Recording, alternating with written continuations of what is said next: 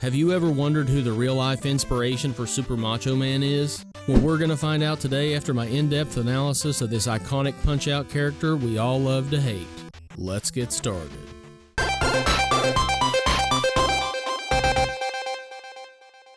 Now, my first experience with Super Macho Man was in the title bout just before Iron Mike and Mike Tyson's Punch-Out on the NES, and he also stars in the other two home console Punch-Outs, which include Super Punch-Out on the SNES and Punch-Out on the Wii. But the NES wasn't the first time the world was introduced to Super Macho Man.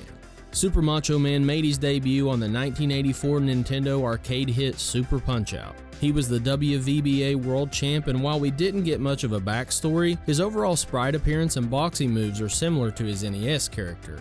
Okay, so we all know that Super Macho Man is billed as a boxer from Hollywood, California, but his arrogant personality and the fact he always wears a Speedo to fight instead of the typical boxer shorts always put me more in mind of a professional wrestler.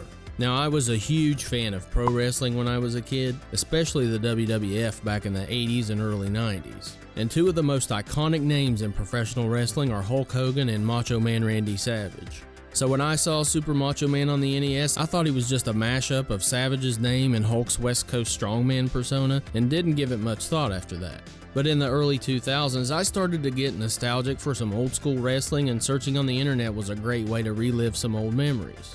One day I came across a wrestler who was the Worldwide Wrestling Federation champion in the late 70s, and it was the first time I saw this guy, and I immediately thought he looks just like Super Macho Man.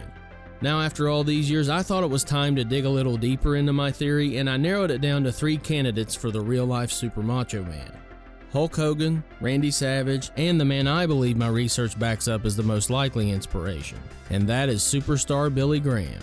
He was a flamboyant West Coast heel, which means a bad guy in the wrestling business, that was on top of the wrestling world in the late 70s. Now, before we examine superstar Billy Graham's comparison to Super Macho Man, I'll quickly tell you why I think the others aren't really compatible with Super Macho Man. Let's start with Macho Man Randy Savage. Now, obviously his stage name is very similar, but Savage never appeared in popular mainstream wrestling until he joined the WWF in 1985, and the Super Punch-Out arcade game which debuted Super Macho Man was developed and released in 1984. Also, many American pro wrestlers would tour in the Japanese wrestling circuits during this time, but I couldn't find any hard evidence that Randy Savage ever worked in Japan.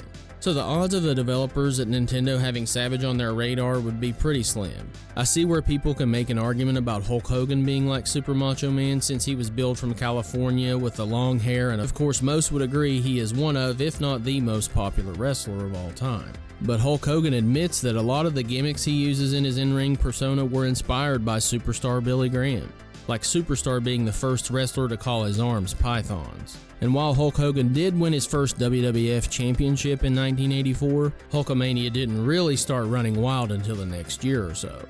And like Randy Savage, Hulk is always known for facial hair, which you never see on Super Macho Man.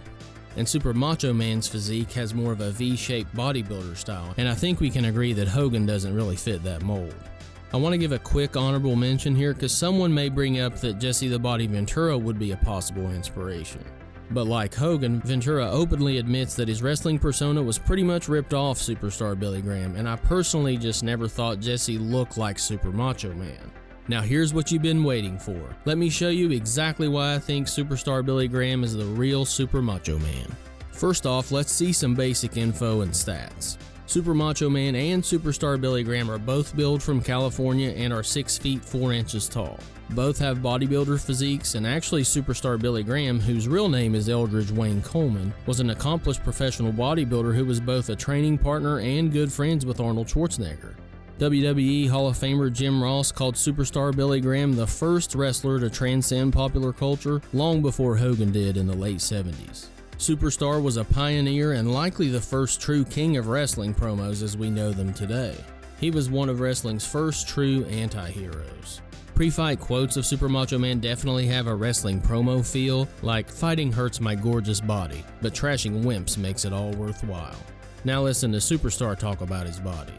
How do the women feel? The ladies right now looking at this body. And both Macho Man and Superstar are so proud of their tans. Do you see this suntan San Martino. This is a California suntan. I mean, doesn't this sound just like Super Macho Man? Superstar was always ready to pose for the fans, and Super Macho Man makes it clear he likes to pose for them as well. But it's obvious both characters try to get on the bad side of the fans, and even the crowd throws food at Super Macho Man in the Wii version of Punch-Out, which is common practice in the pro wrestling industry with heel characters. And during the height of his career, Superstar would frequently tour in Japan, so I think there's a pretty good chance one of the developers knew exactly who Superstar Billy Graham was.